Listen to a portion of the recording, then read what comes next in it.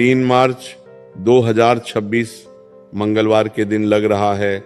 इस साल का सबसे पहला और सबसे बड़ा चंद्र ग्रहण। इस दिन तकिए के नीचे रखकर सो जाना, यह एक छोटी सी चीज दोस्तों 7 जन्मों की गरीबी दूर होगी और तुम्हें अपनी जिंदगी में कभी पीछे मुड़कर देखने की जरूरत नहीं पड़ेगी। जी हाँ, क्योंकि इस बार जो चंद्र ग्रहण आ रहा है वह होलिका दहन के दिन आ रहा है, तो इसी के साथ इस चंद्र ग्रहण की शक्ति और बढ़ जाएगी, क्योंकि इसी दिन रात में होलिका दहन भी होगी। जी हाँ, देखिए ये घटना कोई साधारण घटना नहीं होगी। पूरे 72 वर्षों के बाद एक महा अद्भुत संयोग बन रहा है और जिस व्यक्ति ने मेरे द्वारा बताया गया ये छोटा सा उपाय कर लिया तो उसके जीवन में कभी किसी चीज की कमी नहीं होगी। अथाह पैसा आएगा, पारिवारिक सुख, शांति, समृद्धि, बड़ा घर, बड़ी गाड़ी, सब कुछ मिलेगा। जी हाँ, क्योंकि देखिए दोस्तों, सबसे पहले मैं आपको एक छोटी सी चीज बता देता हूं कि 3 मार्च को जब चंद्र ग्रहण लगता है तो भारतीय परंपरा में इसे केवल एक खगोलीय घटना नहीं समझा जाता है, बल्कि मन और भाग्य से जुड़ी एक गहरी आध्यात्मिक घड़ी समझा जाता है, क्योंकि चंद्रमा हमारे मन, हमारी भावनाओं और हमारी स्मृतियों और पारिवारिक सुख का एक कारक है। तो देखिए, सबसे पहले मैं आपको चंद्र ग्रहण की वह सारी जानकारी दे देता हूं कि चंद्र ग्रहण कब लगेगा, कितनी बजे लगेगा, चंद्र ग्रहण का स्रोत कब से मान्य होगा और किस तिथि को चंद्र ग्रहण लग रहा है। यह सब मैं इस वीडियो में आपको बताऊंगा और वह उपाय, जिस उपाय को सुनने के लिए आपने ये वीडियो खोली है, उस उपाय की भी मैं शुरुआत बहुत जल्दी आगे इस वीडियो में करूंगा। लेकिन उससे पहले मेरा आपसे हाथ जोड़कर एक अनुरोध है कि आप सभी इस वीडियो को लाइक कर दीजिए और कमेंट बॉक्स में जय मां लक्ष्मी अवश्य ही लिख लीजिएगा। मां लक्ष्मी आपकी सभी मनोकामनाएं पूर्ण करेंगी। मां लक्ष्मी आपके घर इस होली पर जरूर पधारेगी। जी हाँ दोस्तों, देखिए 3 मार्च 2026 साल का पहला चंद्र ग्रहण लगने जा रहा है और बता देता हूं कि फाल्गुन माह की पूर्णिमा तिथि जिस दिन होली का दहन होता है उसी दिन साल का पहला चंद्र ग्रहण पड़ेगा। देखिए, यह चंद्र ग्रहण सिंह राशि और पूर्व फाल्गुनी नक्षत्र में लगने जा रहा है और इस चंद्र ग्रहण के समय सूतकाल नक्षत्र, ग्रह और राशियां की स्थिति क्या रहेंगी, किन बातों का ध्यान रखना चाहिए और किन से बचना चाहिए, ये सब चीजें भी मैं आपको वीडियो के अंत में बताऊंगा। लेकिन उससे पहले आपको मैं बता देता हूं कि देखिए, मंगलवार के दिन चंद्र ग्रहण लगेगा और इस चंद्र ग्रहण की शुरुआत दोपहर 3:20 पर शुरू होगी और ग्रहण का समापन शाम को 6:46 पर समाप्त हो जाएगा। तो कुल मिलाकर देखिए, ये जो ग्रहण रहेगा, ये ग्रहण 3 घंटे 27 मिनट का रहेगा और देखिए ये ग्रहण भारत में दृश्यमान होगा। इसीलिए ग्रहण के दौरान सूतक काल का भी विशेष महत्व होता है, क्योंकि हमारे शास्त्र में जो बातें बताई गई है वो बातें साधारण नहीं है। दोस्तों, चंद्र ग्रहण का सूतक काल लगभग 9 घंटे पहले शुरू हो जाता है। तो इस अनुसार 3 मार्च को सुबह 6:20 से सूतक काल प्रारंभ हो जाएगा और सूतक काल के दौरान सभी मांगलिक कार्य वर्जित हो जाएंगे, मंदिरों के कपाट बंद कर दिए जाएंगे। इस समय भोजन बनाना और खाना, पूजा पाठ, हवन, यज्ञ, नए कार्य की शुरुआत आदि नहीं करनी चाहिए। लेकिन देखिए, अब कलयुग चल रहा है। आज के समय में लोग इन सब बातों में विश्वास कहाँ रखते हैं। आज के समय में लोग इन सब बातों को सिर्फ मजाक समझते हैं और फिर जिंदगी में कुछ उच्च नीच होती है तो लोग अपनी किस्मत और अपने भाग्य को दोष देने लगते हैं। तो मैं आपको बता देता हूं कि दोस्तों, आप ध्यान रखिएगा। अब हम उस उपाय की ओर बढ़ने वाले हैं जिस उपाय को सुनने के लिए आपने वीडियो खोली थी। जी हाँ दोस्तों, आखिर कौन सी वह छोटी सी चीज है जो आपको रात्रि के समय तकिए के नीचे रखकर सोना है। देखिए, ये चीज कोई साधारण चीज नहीं है। इस चीज में माँ लक्ष्मी की विशेष कृपा रहती है इस चीज में 33 कोटि देवी देवताओं का आशीर्वाद समाहित होता है और ये चीज आपके घर के कुल देवी देवता, आपके घर के पितृ देवता से संबंध रखती है। जी हाँ, इस चीज को खरीदने के लिए, इस चीज को लेने के लिए आपको अपने घर से बाहर नहीं जाना पड़ेगा। यह चीज आपको आपके घर में ही मिल जाएगी।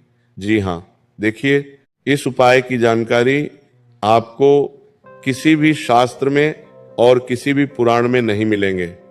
यह बात आप जान लीजिएगा, क्योंकि ये उपाय इतना गुप्त है कि केवल पुरातन काल में और प्राचीन समय में केवल कुछ ऋषि मुनियों और कुछ ज्ञानियों को ही इस उपाय की जानकारी थी। हालांकि यह उपाय उन्होंने सिर्फ अपने कुछ चेलों को ही बताया था। तो अगर यह उपाय आपके कानों तक पहुंच रहा है, अगर आप इस उपाय को सुन रहे हैं, तो साक्षात मां लक्ष्मी ने आपको चुना है। क्योंकि दोस्तों देखिए, इस बार जो चंद्र ग्रहण लगने वाला है, उस चंद्र ग्रहण की शक्ति और भी तेज हो जाएगी, क्योंकि उसी दिन होलिका का दहन भी है। जी हाँ, अब मैं आपको बताता हूं कि देखिए, उपाय से संबंधित सावधानियां भी सुनना है, उपाय से संबंधित नियम भी जानने हैं और उपाय से संबंधित संकल्प भी आपको लेने पड़ेंगे। क्योंकि कोई भी उपाय हो, कोई भी पूजा पाठ हो या कोई भी अनुष्ठान हो, जब तक उससे संबंधित संकल्प, उससे संबंधित नियम, उससे संबंधित सावधानी का पता नहीं होता है, तो वह उपाय उल्टा असर भी कर सकता है, नकारात्मक प्रभाव अभी हमें देख सकता है। इसलिए देखिए, मैं आपको बता देता हूं कि सिर्फ उपाय सुनकर ही आप अपनी बेटी को मत छोड़ देना, क्योंकि उपाय सुनने के बाद जो सबसे महत्वपूर्ण चीज है, उपाय करने के बाद जो सबसे खास चीज है, वह नियम, सावधानियां और संकल्प। तो आप ध्यान रखिएगा दोस्तों जी। देखिए, जब चंद्र ग्रहण होली के दिन आएगा तो कई ज्योतिषियों में इसी विशेष सहयोग भी माना जाएगा, क्योंकि एक ओर चंद्रमा पर राहु की छाया और दूसरी ओर अग्नि का शुद्धिकरण। तो ये जो घटना होगी दोस्तों, ये घटना मन और कर्म दोनों की परीक्षा का माना जाएगा।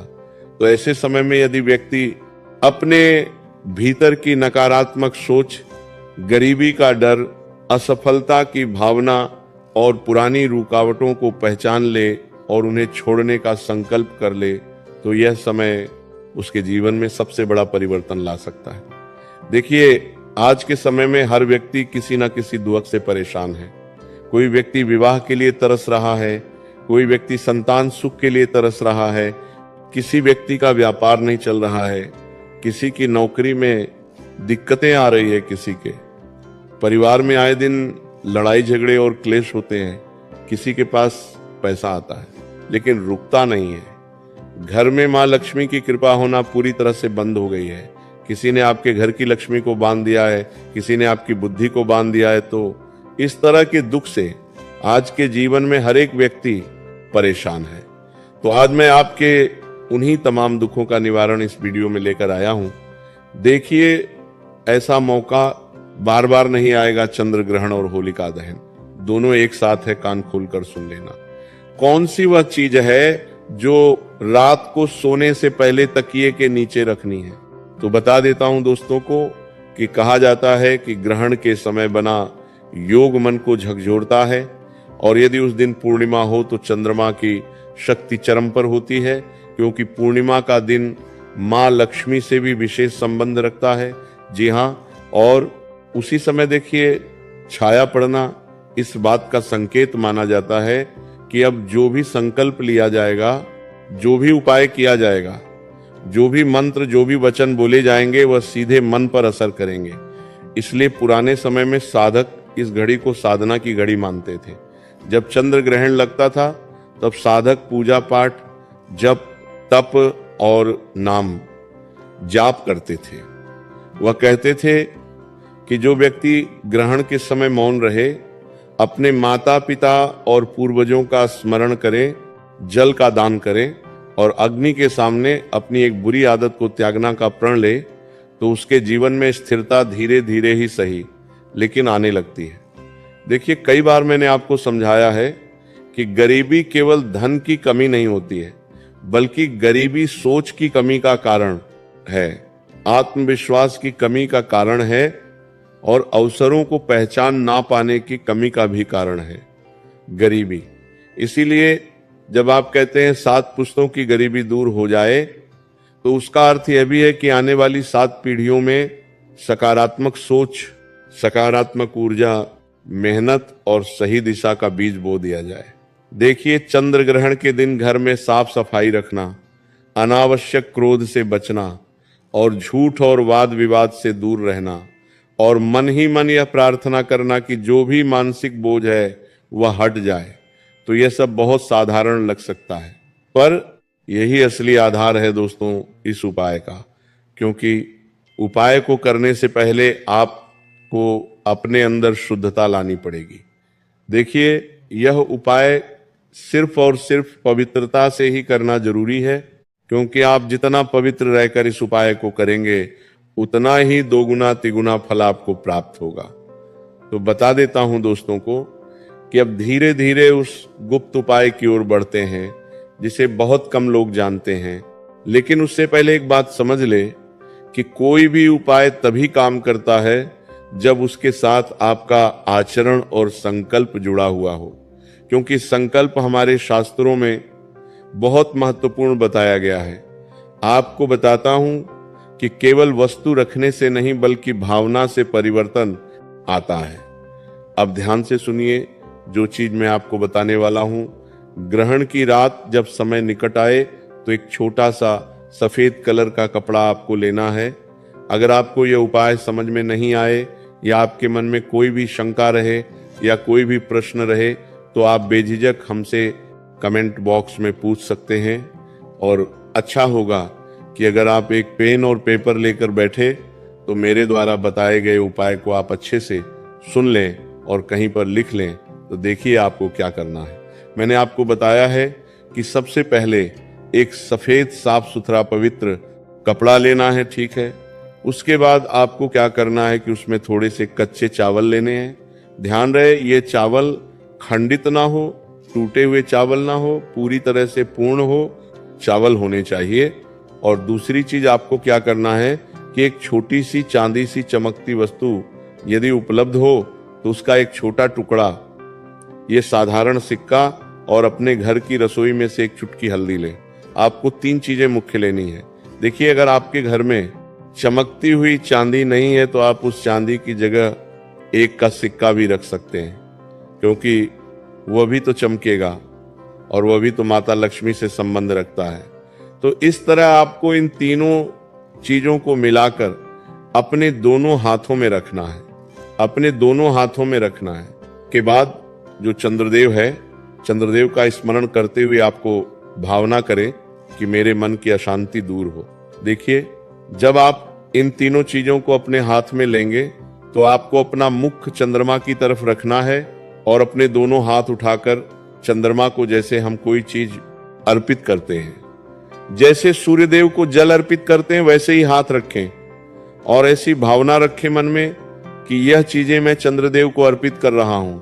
अब देखिए, अपने दोनों हाथों में रखें और चंद्रमा का स्मरण करते हुए यह भावना करें कि मेरे मन की अशांति दूर हो, मेरे घर में अन्न की कमी ना हो, मेरे पूर्वजों का आशीर्वाद बना रहे। अब इन सबको उस सफेद कपड़े में बांध ले जो सफेद कपड़े आपने शुरू में निकाला था। यह कोई महंगी कठिन वस्तु नहीं है, पर इसका अर्थ गहरा है। देखिए, चावल अन्न और स्थिरता का प्रतीक माना जाता है। अक्सर लोग शिवलिंग पर भी धन की प्राप्ति करने के लिए, अपने मन की इच्छा पूर्ति के लिए शिवलिंग पर लोग चावल चढ़ाते हैं, अक्सर जिसके बिना हर एक पूजा अधूरी मानी जाती है। अब देखिए, आपको क्या करना है कि अब इनको सबको उस सफेद कपड़े में बांध ले, ठीक है। बांधने के बाद मैंने आपको बताया है कि चावल अन्न विस्थिरता का प्रतीक है, हल्दी मंगल और शुद्धता का प्रतीक है। तो देखिए, यहाँ पर हल्दी माता लक्ष्मी को आपके घर में आकर्षित करने का काम करेगी, क्योंकि हल्दी ही शुद्ध एवं ताजा वस्तु रहती है। उसके बाद आपको मैं बता देता हूं कि धातु का छोटा सा टुकड़ा स्थायी समृद्धि का प्रतीक माना जाता है। यानी कि अगर हम अपने घर में स्थायी समृद्धि माता लक्ष्मी का स्थायी वास करवाना चाहते हैं तो आपको धातु का एक टुकड़ा उसमें जरूर रखना पड़ेगा। अब देखिए, इस पोटली को थोड़े समय अपने हृदय से लगाकर रखें और फिर अपने तकिए की ढिशे रखकर सो जाएं। सोते समय आपको सकारात्मक रहना है। देखिए, सोते समय मन में विश्वास रखें कि जैसे चंद्रमा पर छाया आई और फिर हट जाएगी, वैसे ही मेरे जीवन की रुकावटें भी हटेंगी। और उसके बाद अगले दिन जब सुबह आप स्नान करने जाएं, तो सुबह स्नान करने के बाद उस पोटली को घर के मंदिर में कुछ समय रखें, क्योंकि देखिए, जब तक वह पोटली आपके तकिए के नीचे रहेंगी, वह आपके घर की नकारात्मक ऊर्जा को अवशोषित कर लेगी और आपके घर की दिशा व दशा बदल देगी। तो बता देता हूं दोस्तों, आप सभी को कि सुबह नहाने धोने के बाद उस पोटली को उठाकर आपको आपके घर के मंदिर में रखना है, या घर के आसपास कोई मंदिर है तो आप वहां पर भी रख कर आ सकते हैं। फिर किसी बहते जल में या किसी पौधे की जड़ में सम्मान से रख दे। अगर आप बेहद जल में प्रवाहित करेंगे तो आपके लिए और भी बेहतर होगा। उसके बाद एक और बात जोड़ें कि होली दहन की अग्नि के सामने एक सूखी नारियल की बत्ती या छोटी लड़की अर्पित करें, क्योंकि देखिए, जब हम माता होली को नारियल अर्पित करते हैं तो हम अपने जीवन के हर एक दुख, हर एक तकलीफ, हर एक कष्ट माता को सुनाते हैं और कहते हैं कि हे माँ होलिका, मेरे जीवन में कोई दिक्कत मत आने देना। अब आपको मैं बता देता हूं दोस्तों कि जब आप होलिका के सामने जाएं तो मन ही मन अपनी एक बुरी आदत को त्याग करने का संकल्प ले। मन ही मन यह सोचिए कि मेरी कौन सी सबसे बुरी आदत है। जी हां, देखिए, एक बुरी आदत या एक गोरादार उस अग्नि को समर्पित करें तो यही असली रहस्य है। आपके मन कहाँ है?